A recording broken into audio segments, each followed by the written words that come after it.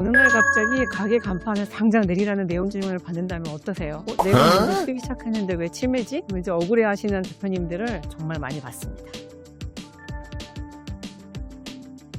안녕하세요. 20년차 상표 전문 변리사 박수현입니다. 상표권은 눈에 보이진 않지만 사업의 근간을 지키는 가장 중요한 자산입니다. 오늘은 전 세계 어디에서나 공동으로 적용되는 상표 등록의 핵심 기준 두 가지를 객관적이고 정확하게 짚어보겠습니다. 오늘 내용만 명확히 이해하셔도 억울하게 내 소중한 브랜드를 뺏기는 일은 미리 방지하실 수 있을 겁니다. 전 세계 특허청에서 상표를 심사할 때 가장 먼저 보는 것이 첫 번째, 바로 식별력입니다. 법률적으로는 자신의 상품을 타인의 상품과 구별할 수 있는 힘을 뜻하는데요. 실무적인 관점에서 쉽게 말씀드리면 이 단어를 특정인 한 명에게만 독점하게 해줄 타당한 이유가 있는가를 따지는 과정입니다. 예를 들어서 이제 한 베이커리 대표님이 개발한 빵 이름을 진짜 맛있는 소금빵으로 하고 싶어요. 등록하고 싶습니다. 라고 하면 등록이 될까요? 어떻게 생각하세요? 결론부터 말씀드리면 안 됩니다. 빵을 파는 사람이라면 누구나 자기 빵이 맛있다고 홍보를 해야 되겠죠. 그런데 딱 한 사람에게만 진짜 맛있는 이라는 수식어를 독점하게 허락한다면 경쟁업자들은 영업에 부당한 제약을 받게 되죠. 이처럼 누구나 공용으로 써야 하는 표현이나 상품의 성질, 맛이나 품질, 원재료 등을 직접적으로 나타내는 단어는 식별력이 없다고 하고 독점권, 즉 상표권을 부여하지 않습니다. 여기서 많이들 오해하시는 게 있는데요. 흔히 많이 사용하거나 사전에 이미 있는 단어면 식별력이 없는 것이 아니냐라고 물어보시거나 그렇게 이해하시는 경우가 있어요. 네, 아닙니다. 상표 등록 신청할 때 단어 자체를 등록하는 것이 아니거든요. 상품을 지정해서 출원을 하고 그 상품에만 상표권이 생기는 거거든요. 그 지정 상품의 내용을 직접적으로 설명할 때만 식별력이 없다고 하는 거예요. 대표적인 사례로 글로벌 IT 기업 애플이 있죠. 만약 아수원을 운영하시는 분이 과일 상표를 애플을 출원한다면 그거 이제 거절당하겠죠. 사과라고 부르지 뭐라고 부르겠어요? 당연히 이제 보편적 명칭, 보통 명칭이기 때문에 독점해서는 안 되는 거죠. 그런데 아시는 글로벌 IT 기업 애플은 어떻게 세계적인 브랜드가 되었을까요? 오피스나? 아니죠. 이제 그들이 판매하는 주력 상품은 과일이 아니라 스마트폰, 컴퓨터이기 때문이거든요. 컴퓨터와 사과는 본질적인 연관성이 아예 없죠. 아무 상관이 없잖아요. 따라서 다른 IT 기업들이 제품을 판매하기 위해 굳이 애플이라는 단어를 사용할 필요가 없는 거죠. 이처럼 단어 본래의 의미와 전혀 다른 이질적인 분야의 상표를 적용했을 때 비로소 특정인 독점이 허락되는 것, 이것이 식별력이 발생하는 핵심 원리입니다.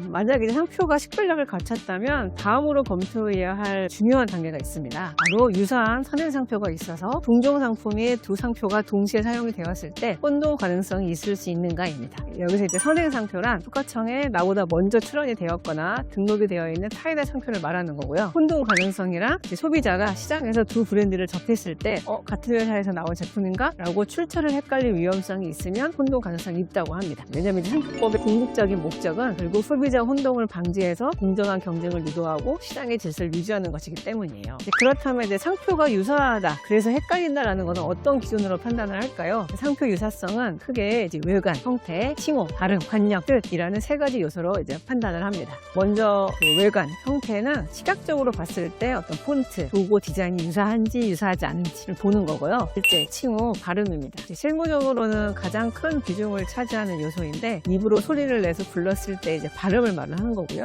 예를 들어서 이제 스타벅스는 유명한 브랜드가 있죠. 그런데 출원 상표가 스타박스예요. 그러면 글자는 다르고 어떻게 생각하면 이제 뜻도 다를 수 있는데 발음이 너무 흡사하기 때문에 이제 청각적으로 헷갈릴 수 있잖아요. 그러면 유사한 상표에 해당합니다. 다음으로는 이제 관념, 뜻인데요. 발음이나 외관이 완전히 달라요. 그래도 단어가 내포하는 뜻, 즉 의미가 같으면 유사하다고 보는 건데 예를 들어서 이제 타인이 한글로 왕관 이런 상표를 선점을 했는데 내가 영문으로 크라운을 출원한다면 발음은 다르지만 머리에 쓰는 왕관이라는 관념이 동일하기 때문에 등록이 거절될 수도 있거든요. 근데 이제 최근에는 그 뜻보다는 형태나 발음을 위주로 유사 판단을 하는 경향이 있고요. 발음이 일부 유사한 면이 있더라도 관념상 차이가 크다면 혼동 가능성이 적다라고 판단해서 유사로 보지 않을 수도 있습니다. 어떤 그 형태나 발음이나 뜻 같은 경우에는 혼동 가능성을 판단하기 위한 기준인 것이지 그 자체가 유사하다고 해서 상표가 유사라는 건 아닌 거예요. 그런데 여기서 정말 중요한 포인트가 있습니다. 상표 이름이나 모양이 비슷해요. 아까 그 스타벅스나 스타박스 같이. 그렇다고 해서 무조건 상표 등록이 안 되고 침해가 되는 것은 아닙니다. 상표권은 어떤 상품에 사용할 것인가를 지정해서 권리를 부여하기 때문에 이제 물건, 상품의 유사성까지 충족되어야 이제 권리가 겹치게 된다라고 보는 거고요.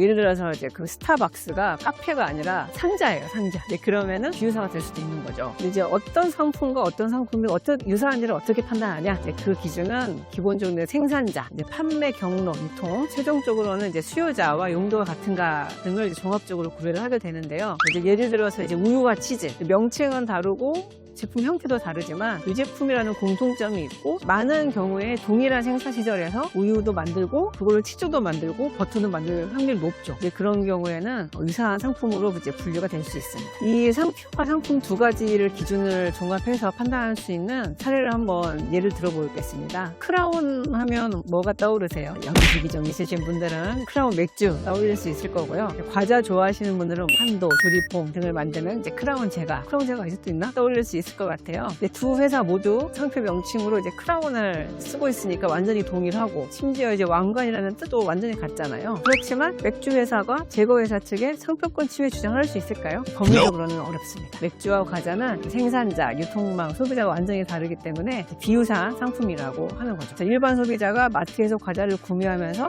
크라운 맥주에서 과자도 만드는구나 라고 이제 출처를 혼동하지는 않잖아요. 그래서 유사하지 않습니다. 물론 삼성이나 애플처럼 모든 사람이 다 아는 엄청난 저명 상표라면 상품이 다르고 이종 상품이라도 예외적으로 등록도 막아지고 침해가 될 수도 있어요. 그렇지만 이제 일반적인 상표의 대원칙에서는 혼동 가능성이 성립하지 않기 때문에 같은 이름이라도 각자의 산업 영역에서 권리를 인정받고 공존할 수 있습니다. 하지만 이제 만약에 제3자가 크라운 소주를 만들어요. 그러면 달라지겠죠. 맥주와 소주는 같은 주류이기 때문에 물론 분류는 다릅니다. 상품의 유사성이 충분히 인정이 되고, 그런 경우에는 이제 소비자 혼동 가능성이 명백하기 때문에 상표권 침해에 해당할 것이고, 그리고 등록도 막아줄 수가 있겠죠.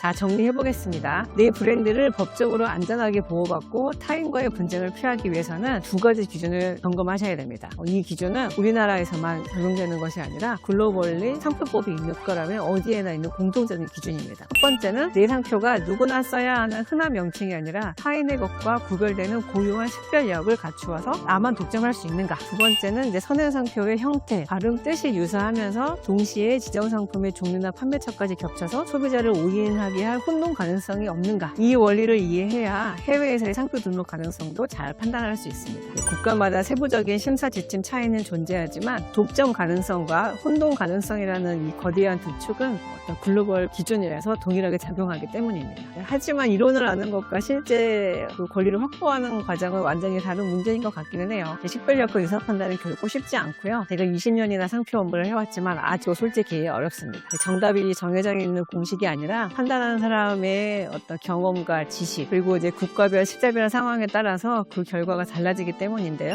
그렇기 때문에 더더욱 전문가의 뼈저린 경험과 노련한 판단이 필요한 영역이라고 할 수 있을 것 같아요. 저희 사랑특허는 수많은 실전 경험과 노하우로 등록 가능성을 판단해내고, 그것을 토대로 이 상표를 어떻게 출원해야 할지, 상품을 어떻게 지정해야 할지에 대해서 고민하고 또 고민하면서 일을 해보고 있습니다. 사업의 든든한 방패가 될 상표권, 초기 단계부터 객관적이고 정확한 진단을 통해서 전략적으로 접근하시기를 당부드립니다. 지금까지 사업가의 소중한 지식재산을 지키는 상표 전문 변리사 박소연이었습니다. 감사합니다.